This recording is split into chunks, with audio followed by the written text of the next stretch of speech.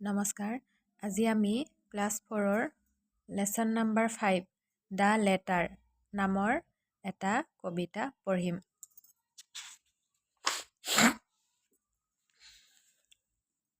প্ৰথমতে আমি কবিতাটো এবাৰ পঢ়ি লওঁ, তাৰপিছত অসমীয়াতে বুজিবলৈ চেষ্টা কৰিম।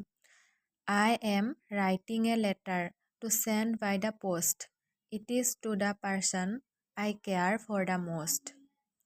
I write the date clearly and put the address and begin, dearest mummy, did anyone guess? My pen travels slowly all down the long sheet because I am so anxious to keep it all neat. I carefully blot it to dry up the ink. Such nice blotting paper, the color is pink. I turn the page over and on goes my pen till lastly come kisses. There's just room for 10. The envelope's ready. I put the stamp on and run to the post box and now it has gone. কবিতাটোৰ নাম হৈছে the letter. Letter মানে চিঠি। I am writing a letter to send by the post. It is to the person I care for the most. মই এখন চিঠি লিখি আছোঁ।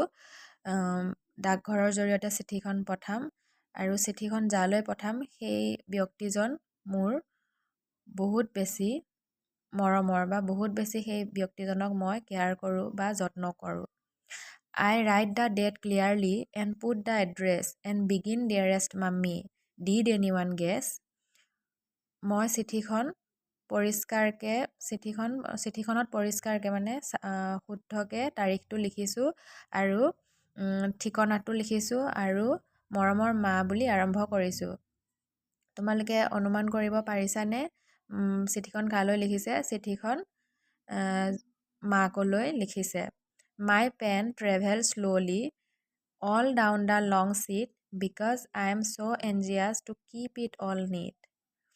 মোৰ কলমটো লাহে লাহে চলিছে আৰু পাতটোৰ মানে পেজটোৰ একে তললৈ চিঠিখন লিখি লিখি আহি আছে আৰু চিঠিখন যাতে একেবাৰে শুদ্ধ হয় আৰু ক'তো যাতে ভুল নহয় তাৰ বাবে বহুত চিন্তা কৰি তেওঁ চিঠিখন লিখিছে যাতে চিঠিখন নিট এণ্ড ক্লিন হয়। I carefully blot it to dry up the ink. Such nice blotting paper. The color is pink. এখন পিংক কালাৰ মানে গুলপীয়া ৰঙৰ কাগজ লৈছে আৰু এনেকৈ লিখিছে যাতে চিয়াহীটো বিয়পি লেতেৰা নহয় চিঠিখন, তাৰ বাবে যত্নৰে চিঠিখন চাফাকৈ লিখিছে।